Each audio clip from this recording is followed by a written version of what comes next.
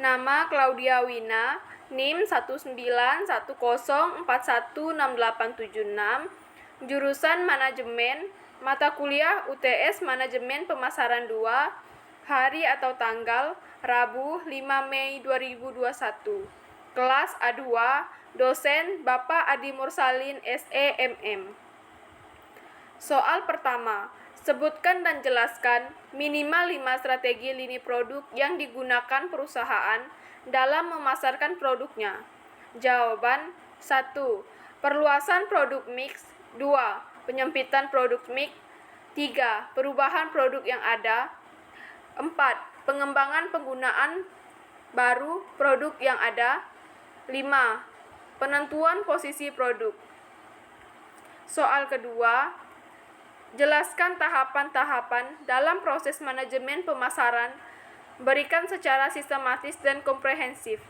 Jawaban: berikut proses pemasaran secara sistematis. 1. Analisis peluang pasar.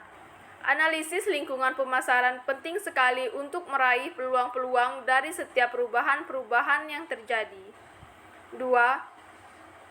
Meneliti dan memilih pasar sasaran dan upaya memposisikan pasar. Kisi-kisi produk atau pasar harus dapat diperkirakan dari masing-masing kelompok pasar sasaran. Selain itu, perusahaan harus dapat mengembangkan strategi penempatan pada pasar sasarannya. 3. Mengembangkan strategi pemasaran. Perusahaan harus mengembangkan suatu perbedaan dan strategi penempatan pada pasar sasarannya. Perusahaan harus mampu memberikan keistimewaan-keistimewaan yang lain dari pesaingnya dan mampu memenuhi keinginan para pelanggan. Perusahaan harus mampu mengembangkan sebuah peta kedudukan produknya agar menduduki posisi yang lebih baik dari pesaing-pesaingnya. 4. Perencanaan program pemasaran. Strategi pemasaran terdiri atas pengambilan keputusan tentang biaya pemasaran, bauran pemasaran, dan alokasi pemasaran. 5. Pengorganisasian, pelaksanaan, dan upaya pengendalian pemasaran. Pengorganisasian berarti memiliki struktur, personalia pemasaran, dan menetapkan tugas secara jelas serta terkoordinir. Selain itu, bagaimana personalia itu dilatih, diarahkan, dimotivasi, dan dievaluasi. Manajer perusahaan juga menganalisa secara berkala profitabilitas nyata dari berbagai produk, kelompok pelanggan, saluran distribusi, dan besar pesanan. Soal 3, jelaskan strategi harga dan promosi yang diterapkan oleh perusahaan dalam rangka meningkatkan penjualan produk perusahaan. Jawaban: 5 strategi pemasaran. Berikut adalah 5 strategi pemasaran untuk meningkatkan penjualan. 1. Kenalilah pelanggan Anda. Pelanggan adalah raja. Istilah tersebut memang benar. Sang raja sangat senang apabila dilayani dengan baik. Dia bahagia jika pelayannya tahu apa yang dia inginkan. Terlebih lagi, jika sang raja belum mengutarakan keinginannya. Para pelayan sudah menyediakannya. Pertanyaannya adalah, bagaimana kita bisa memberikan pelayanan baik? Kenalilah pelanggan Anda. Lihat para pelayan raja yang sangat cermat dalam memperhatikan tingkah laku sang raja. Mereka tahu ciri-ciri raja jika mengantuk, gelagat raja jika dia lapar, dan sebagainya. Sehingga dia bisa melayani berdasarkan data hasil pengamatannya dan menghasilkan pelayanan yang lebih akrab. Begitulah seharusnya seorang pengusaha. Mereka harus mampu membaca profil para pelanggan mereka, kemudian memberikan pelayanan yang sesuai dengan profil mereka masing-masing. Percayalah, pelanggan Anda akan jauh lebih loyal pada Anda. 2. Pilih lokasi yang strategis. Faktor penting dalam strategi pemasaran lainnya adalah masalah pemilihan tempat. Anda perhatikan outlet atau toko roti Holland Bakery selalu berada di jalan yang sibuk di mana trafik lalu lalang orang sangat tinggi. Itu merupakan strategi mereka dalam membidik pelanggan potensial.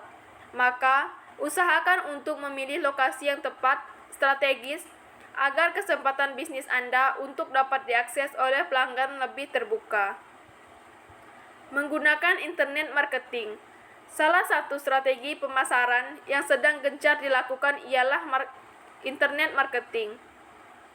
Dengan menampilkan produk usaha Anda pada situs di jaringan sosial, maka Anda dapat mengetahui bagaimana selera konsumen dan apa yang mereka butuhkan. Semakin hari aktivitas jual beli melalui online shop semakin marak dilakukan. Para konsumen cenderung ingin berbelanja dalam ruang yang lebih private dan terhindar dari keramaian. Internet membuka pintu yang lebar bagi Anda untuk berinovasi. Anda dapat menampilkan produk usaha Anda pada website, blog Facebook, dan situs lainnya. Dengan memasang foto-foto yang sekiranya dapat menarik konsumen.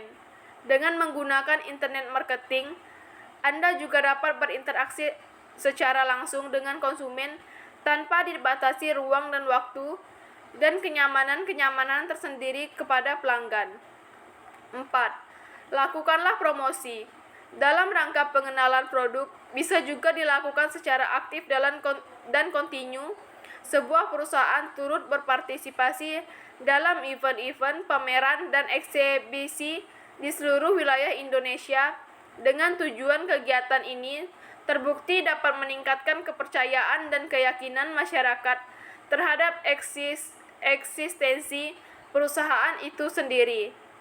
Lakukanlah promosi secara rutin, walaupun sekecil-kecil promosi, karena dengan promosilah jualan akan terjadi dengan cara-cara kreatif, sehingga para pelanggan tidak merasa bosan. Misalnya setiap kali bepergian, bawalah brosur, pamflet, atau leaflet berisi produk bisnis Anda untuk dibagikan kepada rekan-rekan, atau Anda dapat menyebarkan brosur tersebut di tempat umum. 5. Menjalin hubungan dengan pelanggan. Di era teknologi sekarang ini, di mana pelanggan tidak lagi hanya berhubungan dengan perusahaan, tetapi juga dengan sesama pelanggan lainnya. Seorang pelanggan yang kecewa bisa lebih mudah mengungkapkan rasa kecewanya melalui tulisan di blog atau melalui sosial media yang tentu saja akan cepat tersebar dan dilihat oleh pelanggan dan calon pelanggan lainnya. Hal ini tentunya sangat merugikan perusahaan. Image baik yang sudah melekat selama bertahun-tahun di sebuah perusahaan mungkin saja bisa tiba-tiba menjadi sangat buruk karena dirusak oleh hal-hal yang mungkin dianggap sepele perusahaan. Soal nomor 4. Sebelum sebuah perusahaan dapat membuat strategi pemasarannya, perusahaan tersebut harus mengevaluasi kondisi persaingan, kondisi internal perusahaan, dan lingkungan eksternal. Jelaskan elemen-elemen internal dan eksternal internal dan eksternal market environment. Jawaban, lingkungan internal pemasaran atau bauran pemasaran. Pada umumnya, aspek pemasaran meliputi kegiatan-kegiatan yang berkaitan dengan 1. Perencanaan barang, 2. Penetapan harga, 3. Program promosi, dan keempat, saluran distribusi. Lingkungan internal non-pemasaran. Aspek non-pemasaran adalah kegiatan-kegiatan fungsional atau operasional perusahaan atau selain kegiatan pemasaran, antara lain adalah 1. Produksi, 2. Personalia, 3. Keuangan, 4. Penelitian dan pengembangan, dan yang kelima administrasi dan sebagainya. Lingkungan eksternal makro. 1. Kondisi perekonomian, 2. Hukum, politik dan peraturan pemerintah, 3. Kependudukan dan keseimbangan lingkungan, 4. Teknologi, dan yang kelima sosial dan budaya. Lingkungan eksternal mikro. 1. Pemasok, 2. Pesaing, 3. Perantara, dan yang keempat pasar. Untuk soal nomor 5, A. Konsumen dapat dibagi menjadi jenis konsumen bisnis dan konsumen akhir. Jelaskan perbedaan antara kedua jenis tersebut. Konsumen akhir atau konsumen rumah tangga, yaitu konsumen yang melakukan pembelian untuk kepentingan diri sendiri. keluarga, atau keperluan hadiah bagi teman maupun saudara, tanpa bermaksud untuk menjual belikannya. Dengan kata lain, pembelian dilakukan semata-mata untuk keperluan konsumsi sendiri. Konsumen bisnis, atau disebut pula konsumen organisasional, konsumen industrial, atau konsumen antara, adalah jenis konsumen yang melakukan pembelian untuk keperluan pemrosesan lebih lanjut, kemudian dijual atau produsen disewakan kepada pihak lain, dijual kepada pihak lain atau pedagang, digunakan untuk keperluan sosial dan kepentingan publik atau pasar pemerintah dan organisasi. B. Sebutkan dan jelaskan 4 faktor mempengaruhi proses pembuatan keputusan konsumen. Jawaban: motivasi merupakan suatu dorongan yang ada dalam diri manusia untuk mencapai tujuan tertentu.